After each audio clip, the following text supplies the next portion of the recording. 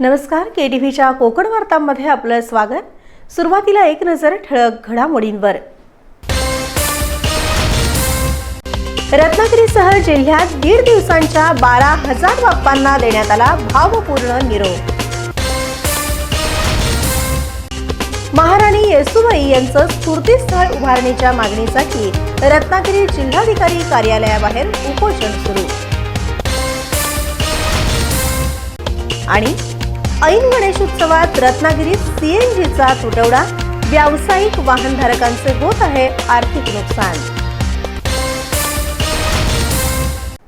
यापुढील बातम्या अल्पशा विश्रांतीनंतर।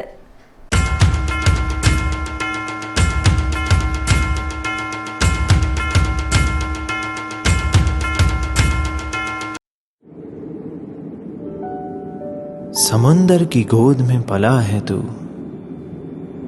अंगड़ाई लेते ही लहरें शुरू। आज यौवन की मस्ती छोड़, ले चलता हूं तुझे एक नए मोड़। आजा तुझे माँ पुकारे अब, छेड़ देते हैं बीच से कुछ शरारत हंसी।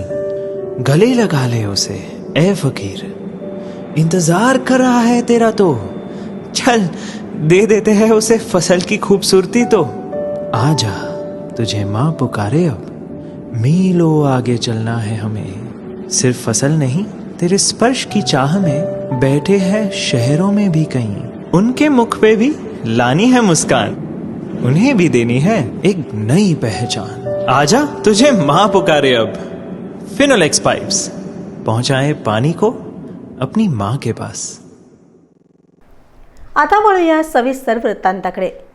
गणपती बाप्पा मोरया, पुढच्या वर्षी लवकर या चा गजर करत रत्नागिरीसह जिल्ह्यात 1.5 दिवसाच्या तब्बल 12,000 गणरायांना भाविकांनी निरोप दिला।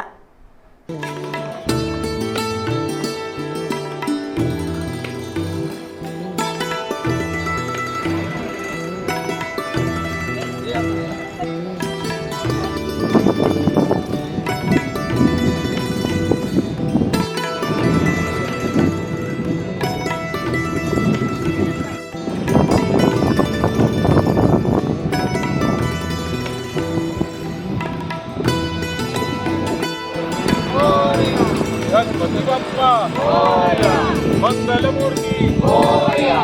गणपती बाप्पा मोरया, मंगलमूर्ती मोरया। गणपती बाप्पा मोरया, मंगलमूर्ती मोरया। गणपती बाप्पा मोरया।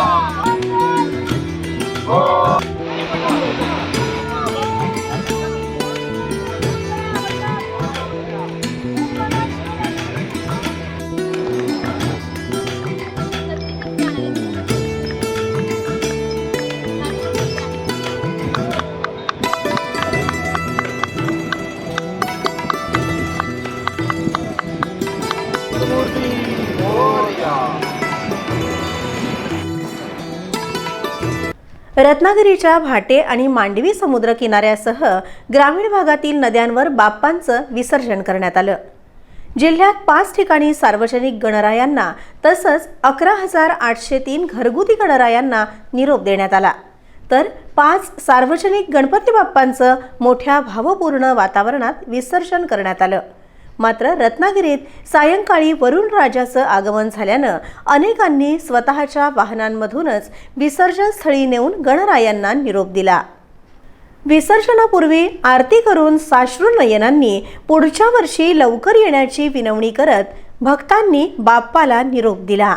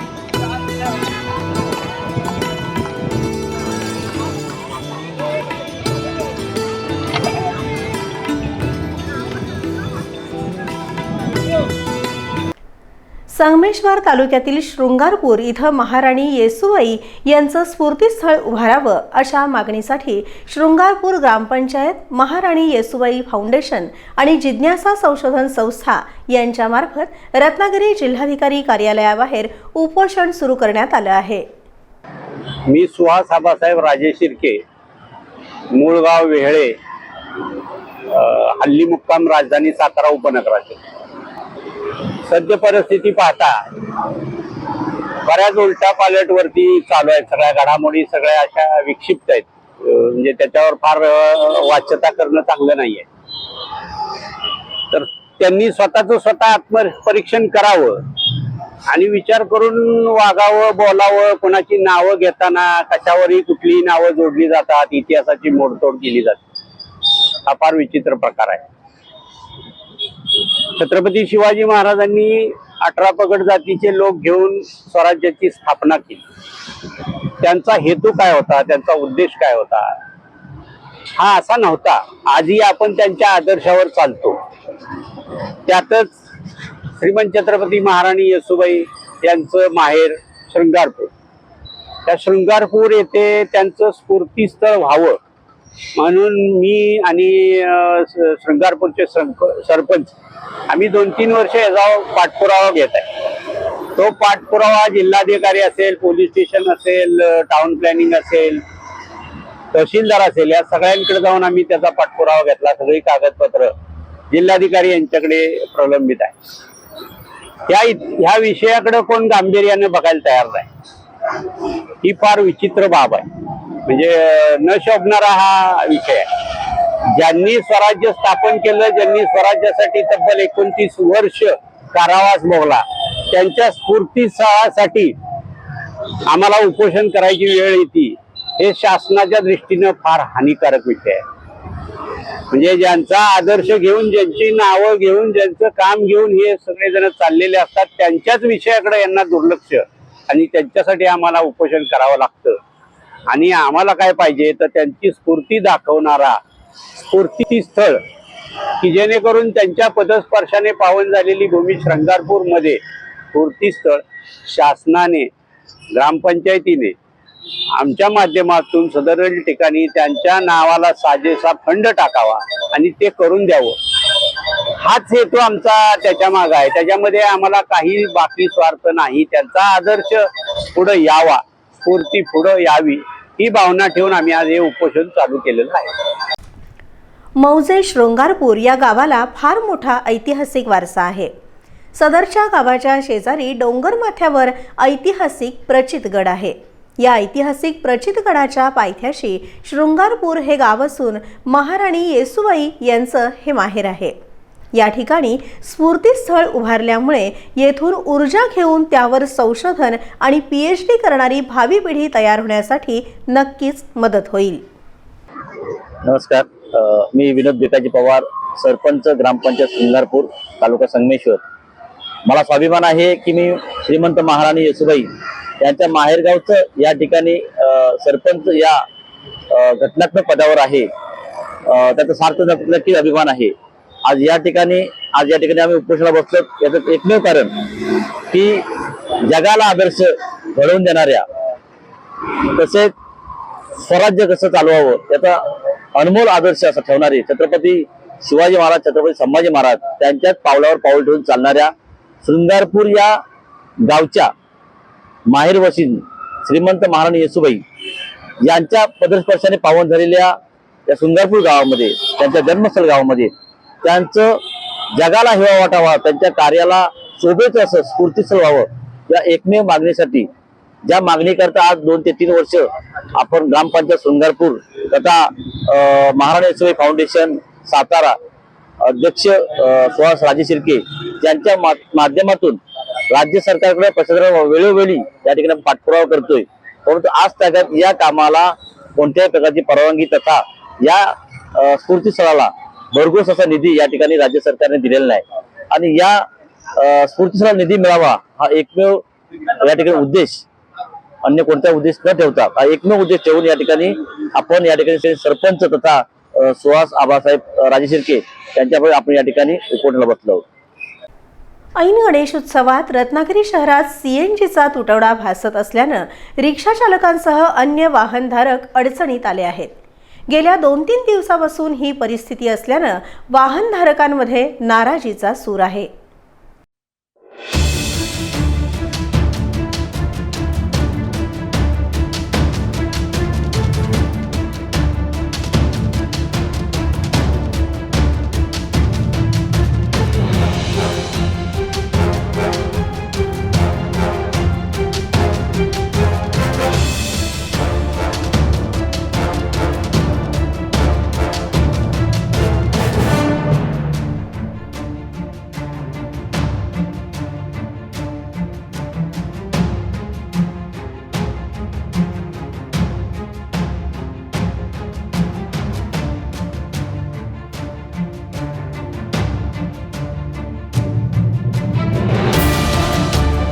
रत्नागिरी जिल्ह्यात सीएनजीवर चालणारी अनेक वाहनं आहेत.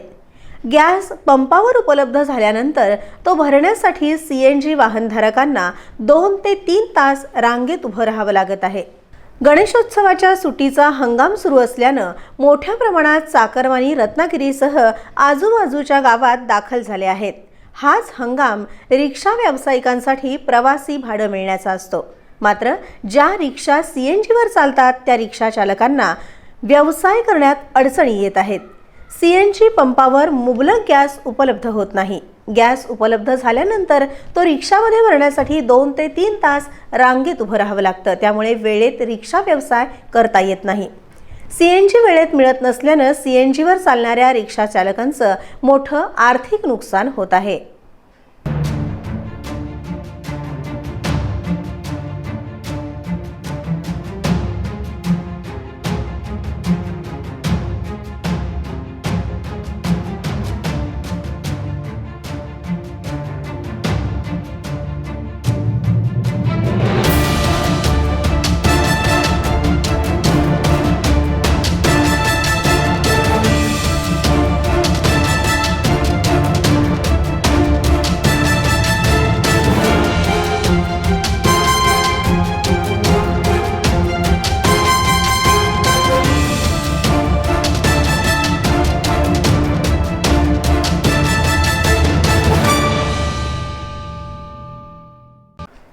रत्नागिरी येथील मारुती मंदिर सर्कल इथं विराजमान झालेल्या श्री रत्नागिरीचा राजा या गणपतीचं राज्याचे उद्योगमंत्री तथा रत्नागिरीचे पालकमंत्री उदय सामंत यांनी दर्शन घेतलं.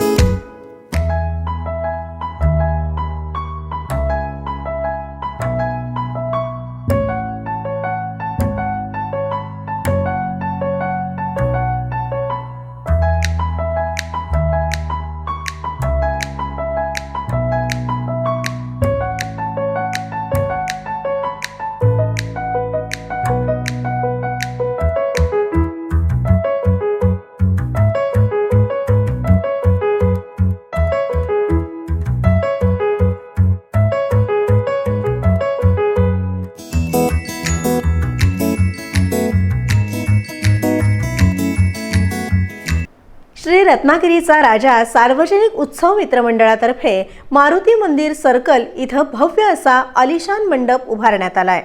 या मंडपात श्री रत्नागिरीचा राजा विराजमान झाला असून त्याची नवसाला पावणारा गणपती म्हणून ख्याती आहे. गेले 2 दिवस या बाप्पाचं दर्शन घेण्यासाठी रत्नागिरीकरांनी गर्दी केली असल्याचं पाहायला मिळतंय.